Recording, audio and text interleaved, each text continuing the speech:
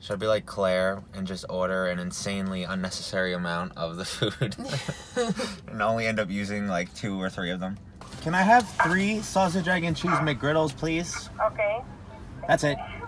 Alright, total is 12.85 for one of these. Thank you. You're welcome. 12? McDonald's is out here hosing people. Alright. Chicken sandwich, crispy chicken. Hey, how you doing? Do you mind parking in number 1? The breakfast sandwiches are done. No problem. Thanks, man. Thanks. Thought this was fast food. You know who said that first? Epic Meal Time when they ordered 28 Big Macs for their fast food lasagna. The Eagle has landed. It just took forever and I turned the video off, sorry. Ladies and gentlemen, I present to you the McGriddle. If you are unfamiliar, 2 pancake patties, sausage, egg, and cheese. It's just the jewel on the fast food breakfast.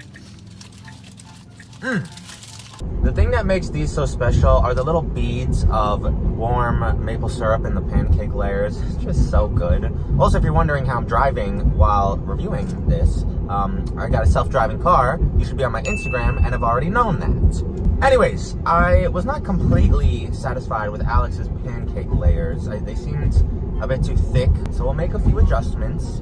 But overall, it shouldn't be too hard.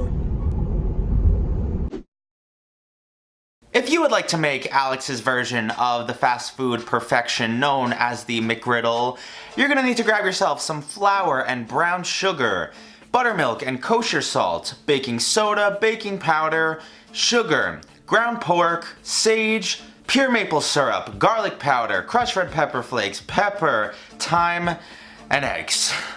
Now I'm gonna start off with the syrup. We need to convert this to a hard crack candy.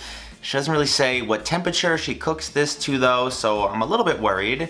I'm just gonna use the limited candy knowledge I have and try to heat this up to about 300 degrees, which I believe is right in the middle of the hard crack stage. Eventually it just turned to sand. I guess 300 degrees was just too high. I cooked out all of the liquid and we were left with this crumbly mess. Luckily though, we were able to use a lifeline and ask Alex which temperature she cooked her syrup to, and she said 260, so that's what we're gonna go for on this second attempt.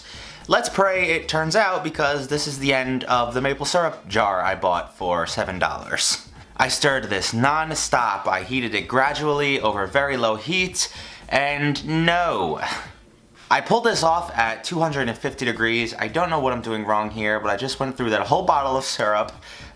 So we're just gonna move on to something else for now. We're gonna move on to my second favorite component of this entire thing, which is the sausage patty. Again, Alex doesn't really say exact measurements of the ingredients she uses. So I just looked up a very standard breakfast sausage recipe that has similar ingredients. If you want to see the recipe I used and the measurements, I'm going to leave it down in the description. I did use fresh sage in this while using dried thyme leaves, only because I feel like that's more commonly used, more traditional, I don't know. Now, knowing how ground meat of any kind really reacts when it hits heat, I made these super thin. I made them a lot bigger than the 3-inch diameter that we're going to use for the ring molds later, because I know these are going to shrink and thicken up quite a bit. So 2 at a time, I cooked off my patties on my cast iron skillet with a little bit of olive oil. Give it about 3 or 4 minutes on each side.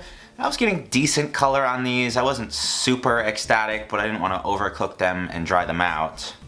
Either way, they should taste amazing, so let's move on to the eggs. I combined 4 eggs, a little bit of heavy cream, and then what I wanted to be a touch of salt. That was way too much. This is gonna be a salty egg. My idea for this part, in an effort to replicate McDonald's version as closely as possible, is to make like an egg crepe, almost. I want this to be super thin so I can fold it up and get 4 nice thin layers of egg, just like the traditional McGriddle. Now this first one came out okay after I cut it into a square. I do think I could do one better, so I whipped up another batch and tried again. And I was really happy with the way this one came out. It was a little bit thicker, the eggs weren't as colored, so it should be good. And much like trying to avoid Jake and Logan Paul drama on YouTube, we inevitably have to deal with it again, the pancakes. I found another very standard buttermilk pancake recipe. I'm gonna leave this one down in the description as well. You basically combine all your dry ingredients together and then make a well in the middle, mix your wet ingredients, but don't overbeat it because you want this to be fluffy.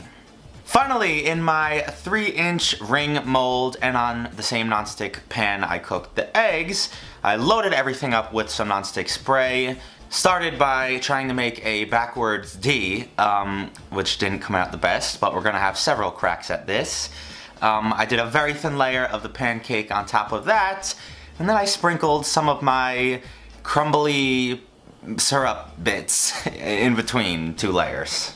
I honestly think this has a shot at melting down again and creating those little pockets of like syrupy sweetness. I guess we will see though. I was able to knock out a few of these pancake buns, all at varying degrees of success, but I am going to try to construct the perfect sandwich with the best looking component of each thing we've made so far. 1 pancake on the bottom and a piece of American cheese. Yes, I'm using this overprocessed stuff. If it tastes anywhere near as good as McDonald's, I will be ecstatic, so let's give this a try. Alright, so just as a refresher, this is just an excuse for me to eat as many of these as possible. Oh my god. It's just such a perfect combination of flavors and layers and like probably fat and salt because it's McDonald's. And here is my version.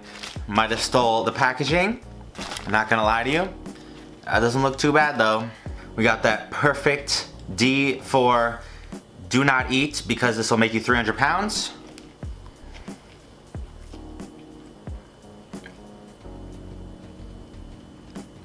It's pretty good. I would say the egg and the pancakes are just about on par or maybe even a little bit better with the eggs.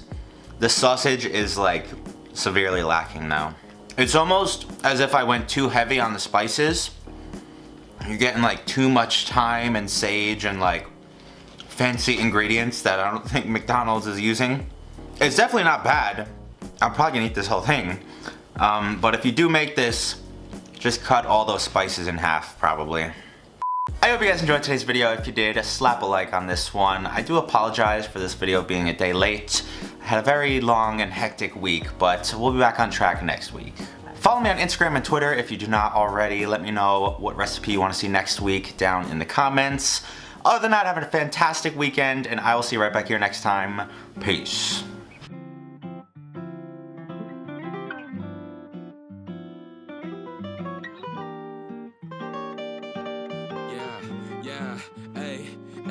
With the M without the AD. Flipping burgers and my money super lazy.